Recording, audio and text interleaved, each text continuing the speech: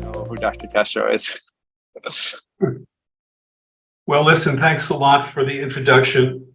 It's a pleasure for me to be a part of today and a part of research to the people in general, because the standard of care for our advanced cancers is really unsatisfactory.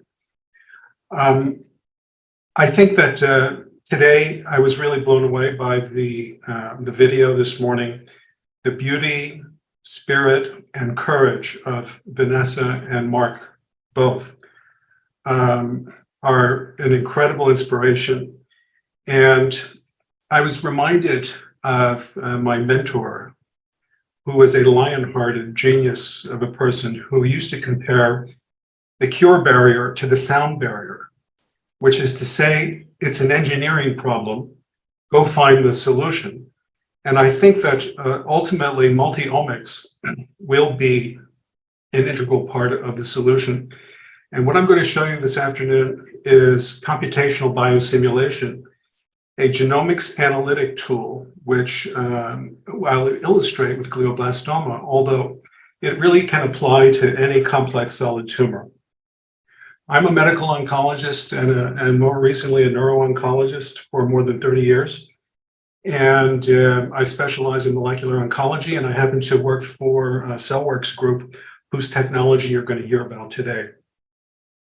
Now, for more than 20 years, we've had a common vocabulary of what is cancer. The hallmarks, which are the things familiar to all of us: continued proliferation, blockade of apoptosis, angiogenesis, invasion, metastasis, replicative immortality. So in any case, this really began the modern understanding of cancer. And what's remarkable is it happened the year before the first human genome was sequenced. Of course, we have evolved this concept since. In 2011, we went up to 10 hallmarks, and now, as of last year, we're up to 14 hallmarks of cancer. One of the most important things that our friends Hanahan and Weinberg did was to give us the integrated circuit analogy, where signaling pathways in the cancer are analogous to the way electrical engineers would think about building circuits. And they had this incredible vision that in 10 or 20 years, we would assess all of the somatic lesions in the genome routinely, and that having fully charted the wiring diagrams of every cellular signaling pathway, we would then be able to lay out this integrated circuit mathematically. And with holistic clarity of mechanism, cancer prognosis and treatment would become a rational science. And so today we have partially realized this vision.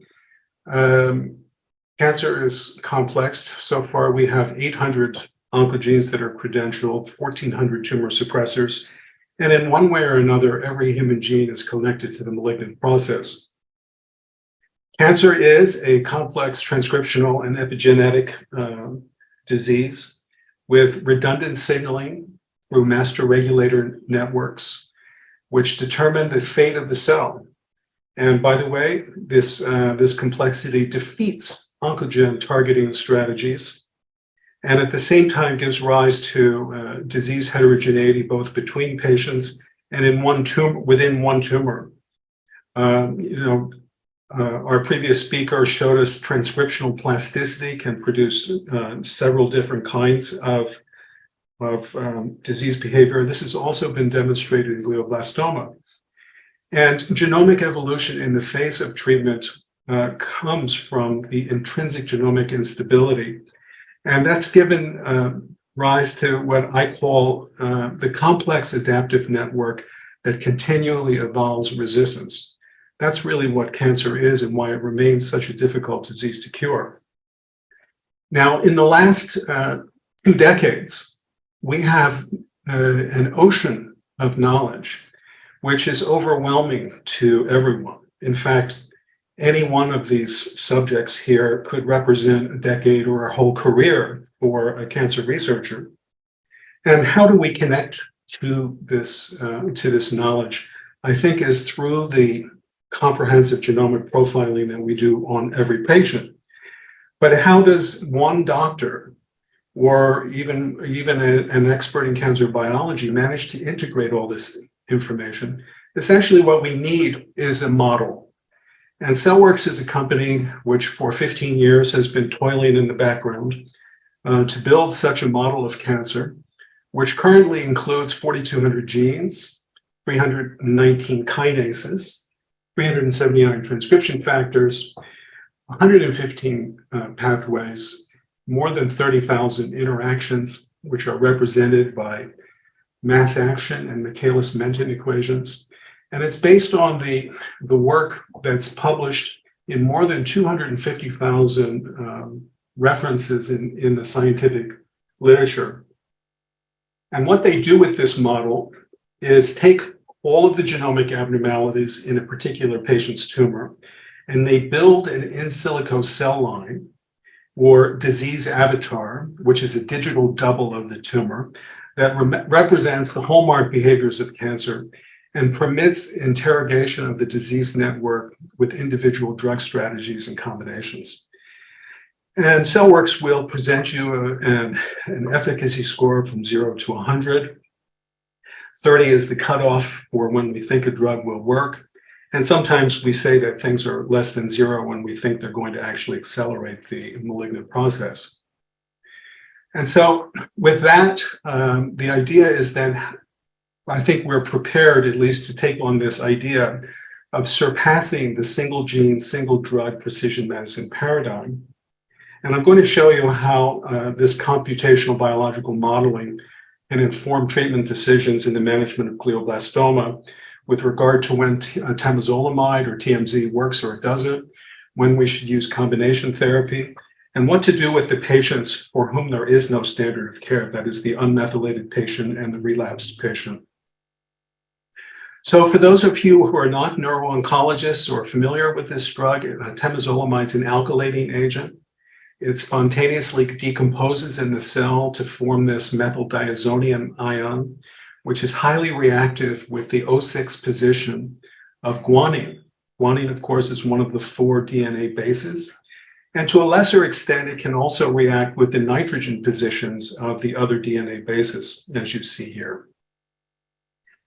Temozolomide became the standard of care about 18 years ago from a randomized trial. And it showed a 2.5-month improvement in median survival. It showed a 30% improvement in the 2-year survival, and it decreased death by 37%. About the same time, we became aware that this MGMT enzyme reverses the methylation of O6 guanine and essentially reverts to normal guanine. And so if MGMT is low from epigenetic silencing, then patients have a great response to temozolomide. And if it's high, basically you get no response. And instead, and also, by the way this drug actually works, how does methylation of O6 guanine kill the cell? It doesn't actually kill the cell by itself. It triggers a base pair mismatch, which then elicits apoptosis from the mismatch repair system. Now, the MGMT promoter, which turns on the gene transcription, is a complex structure, 2,174 base pairs. It has 93 CpG island or methylation sites where the epigenetic silencing occurs. And on the other hand, the transcription factors compete with this methylation process. And these transcription factors represent they come at the end of signaling pathways that are familiar to you, such as NF-kappa B and the hedgehog pathway, the MAP kinase pathway. The glucocorticoid receptor inconveniently activates MGMT because we use glucocorticoids liberally for managing brain edema. And essentially, you can see in this color-coded diagram on the right where each of these transcription factors binds and how the CpG island methylation sites are often right in the middle of where those factors bind. And one of the things that's I've learned recently about this whole process is that the control of the MGMT promoter is actually dynamic and circadian. So that if you take your temozolomide between 6 a.m. and 12 p.m., you have a 6-month improvement in median survival compared to taking it at other times of the day, because later in the day, all of these transcription factors will actually upregulate MGMT and compete with drug efficacy. So here's what happens if you have a methylated MGMT promoter. This is a routine clinical test we do for everybody. Instead of a 37% decrease, it's a 55% decrease in death rate. And you can see here in the analysis of the randomized trial, the two top curves are MGMT methylated, and there's a sizable difference in getting temozolomide. The bottom two curves are unmethylated patients, and there's less than a 1-month improvement in median survival. However, about a 13.8% 2-year survival compared to 0. And so for that reason, we continue to give unmethylated patients this drug, because it's working on those nitrogen bases in the other DNA things, and that's controlled by base excision repair. So, but besides MGMT, however, we have a lot of other things that are affecting whether or not this drug will actually work. And I mentioned mismatch repair a second ago. We'll get into that. I mentioned NF-kappa B and hedgehog. But then there are the other DNA checkpoints. There's oxidative stress resistance, apoptosis blockade, multi-drug resistance pumps, autophagy regulation. And so one would like to think about the entire complexity of drug metabolism, transport, and what happens to a damaged cell. And let me see if I can make this go forward. There we go. So here's my diagram of the temozolomide. And you can see if you're P53 proficient and your mismatch repair is intact, then you're going to get apoptosis. Also, if you get double-stranded DNA breaks and your homologous recombination repair pathway is not upregulated, then you'll get apoptosis. Otherwise, you can get repair of DNA and senescence. And interestingly, when you're mismatch repair deficient, it doesn't kill the cell. The mutation, the GT mismatch, gets incorporated, and you get a hypermutated disease, which actually may be more deleterious. You can see here the number of things that regulate histones on the left, the microRNAs that regulate the translation of message into protein, and the other things like for example, oxidative stress resistance and efflux drug pumps that also impact what happens to temozolomide. So I want to show you a patient of mine who has a grade 4 astrocytoma. We used to call this glioblastoma. Now we've segregated it because it has a somewhat better prognosis. And compared to the very few mutations that are present in these cancers, there's an enormous copy number abnormality. All the blue are deleted and the purple are biallelic deletions. The red are gains and the orange and yellow are amplifications. And the tumor suppressors and the oncogenes that live in these copy number aberrations actually have a lot to do with the biology of the cancer.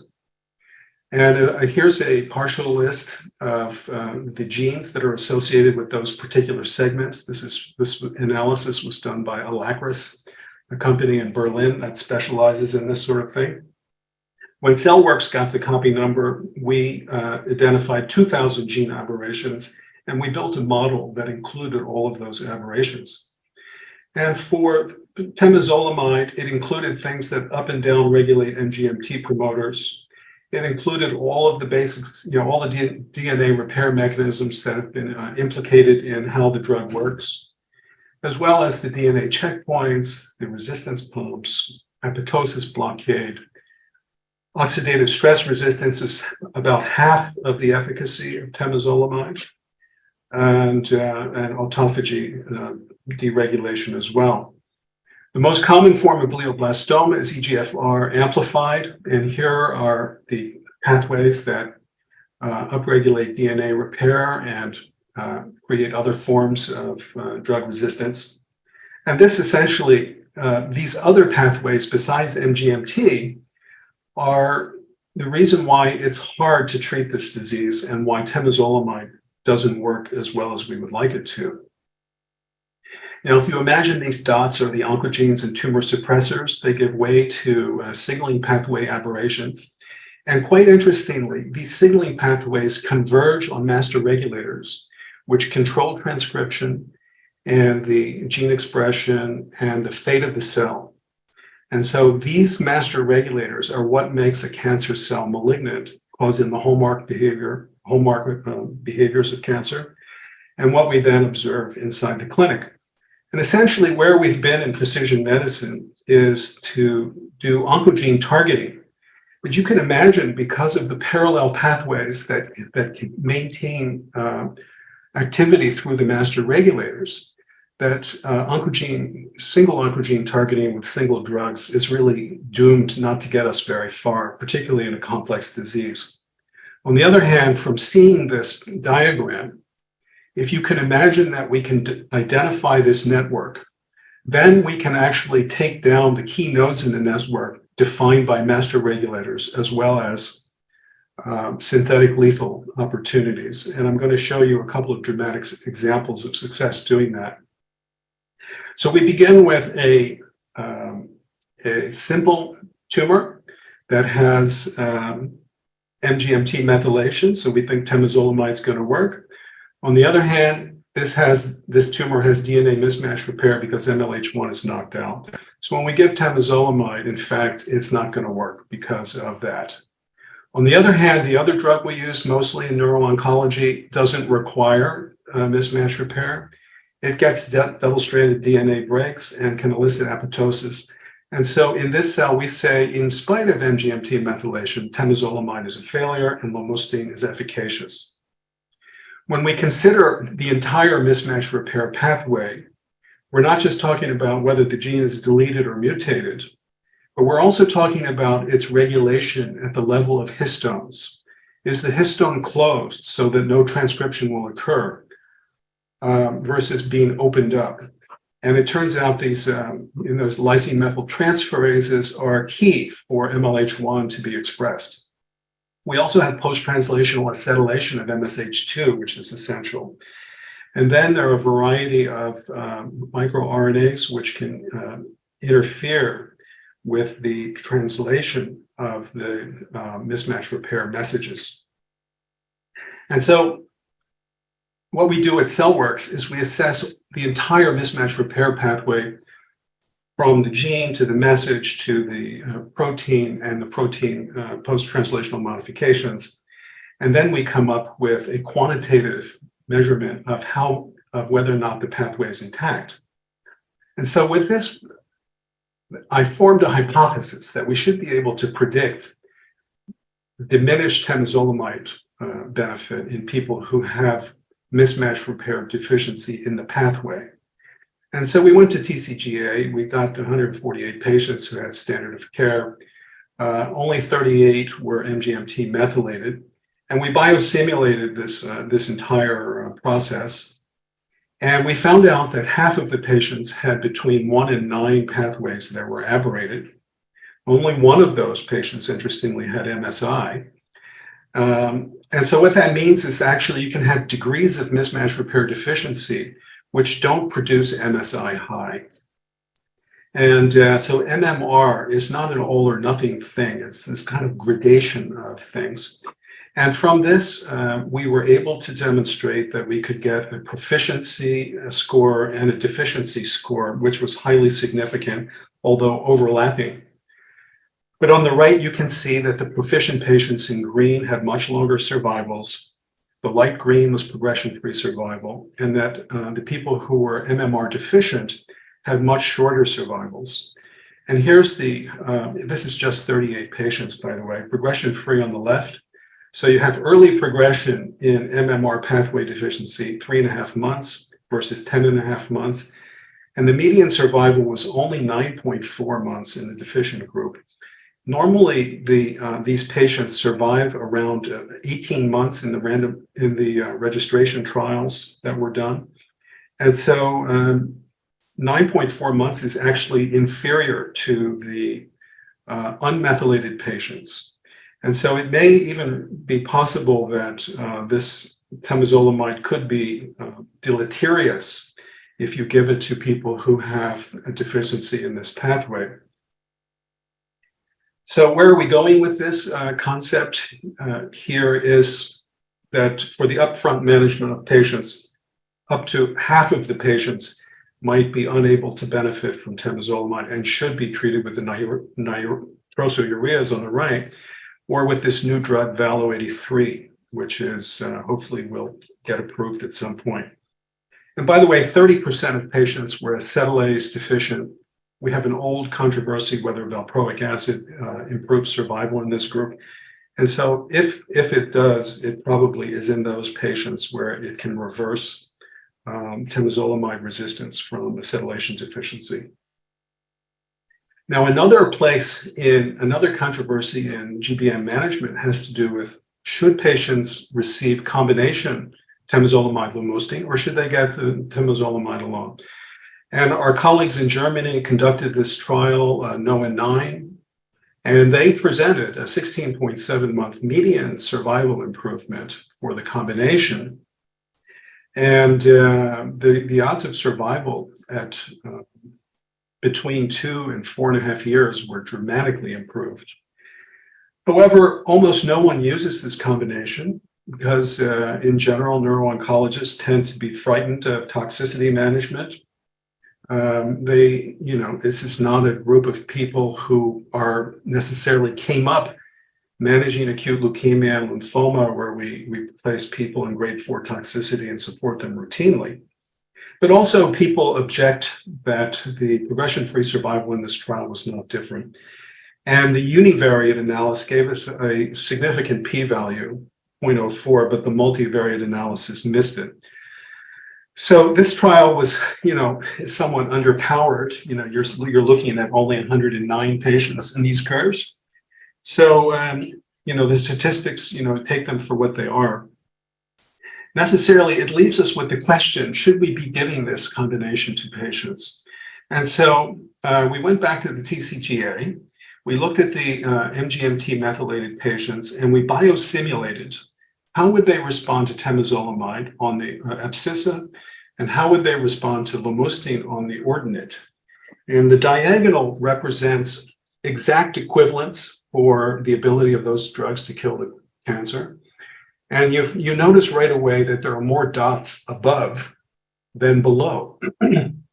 And by the way, there are some people who are over there in the left below 0 for temozolomide. Those are the people who have really a lot of mismatch repair loss, for whom we think hypermutation is going to be deleterious. But also you see that there's quite a diversity in how far these dots fall from the diagonal. So the closer they are to the diagonal, the closer it is that these drugs are equivalent, and the further away represents superiority for one drug versus another.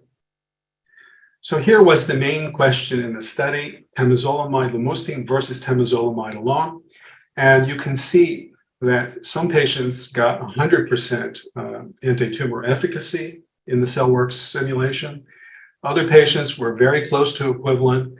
And then we saw these patients who were not very good with temozolomide alone, but who doubled or more than doubled the efficacy by getting the combination. And another group who had a response in between. We were also able to do this kind of modeling for lomustine versus the combination. And interestingly, 15% of patients appeared to do better with lomustine than with the combination. And then we saw the same breakdown that I just showed you, with some patients really equivalent, some people got 100, and altogether there's about 1/3 of patients who are in those green ovals for whom you would really want to think about giving the combination to. And so in the end, this question of is the combination better than the individual treatment really depends on the patient and the individual genomics that they bring in their tumor. And so the randomized trial is always asking a binary question, but the heterogeneity of cancer is not binary. Some patients should get temozolomide alone, some people should get the combination, and others would have been better served with lomustine alone. All in all, the benefit of the combination varies widely in the population, and biosimulation permits the identification of which patients should get combination and which should get the single agent treatment, and which single agent. Now I'm going to switch and show you what we do for more complicated tumors. And let's imagine here we've got a lot of aberrations. This is a more typical kind of case. And this doctor wanted to know, will atezolizumab work? We predicted no efficacy because the HLA was deleted. And this is going to show you that radiation doesn't work because oxidative stress resistance was upregulated. Temozolomide doesn't work because of the mismatch repair was downregulated by the histones modulation. On the other hand, cisplatin could trigger apoptosis. And our old friend everolimus, which blocks mTOR, can take down not only proliferation and survival, but now, all of these survival genes block apoptosis. And so really it's not a single agent, it's the combination, and it's a particular combination which is not part of the treatment algorithm in glioblastoma management. Here's another kind of typical patient with NF1, PTEN loss, P53 mutation. And once again, we are showing temozolomide doesn't work. But a drug that's in the GBM Agile trial, which hits PIK3CA and mTOR together, again, can have this effect against proliferation and against survival. While another medicine, pemetrexed, is predicted to be efficacious for this patient. And so again, a novel combination, which can bring us where we're trying to get to. Paxilicib alone, I worry that it might not make it through GBM Agile, but you see the utility of the drug in combination could be much better than as a single agent. This is a case from my clinic of a gentleman who has relapsed GBM. He's MGMT unmethylated, and he has a number of other adverse things, TERT mutation. P10 is one of the most important tumor suppressors in the body. And 12q amplification represents a specific type of glioblastoma, which is present in about 10% of patients. And it has dual oncogene activation of CDK4 and also MDM2. This patient had 10 copies of that. And this is his postoperative MRI, and the histology just proves it is glioblastoma. And essentially, at relapse, we biosimulated him, and there was no efficacy from any standard therapy. And by the way, this is one of the most unmet needs in all of oncology. Essentially, there's only a 3 to 5% response rate from lomustine or regorafenib. But in this case, we were able to find that several drugs, particularly in combination, have efficacy. And there they are there. And so the challenge then is, how do we actually take this information forward in the clinic?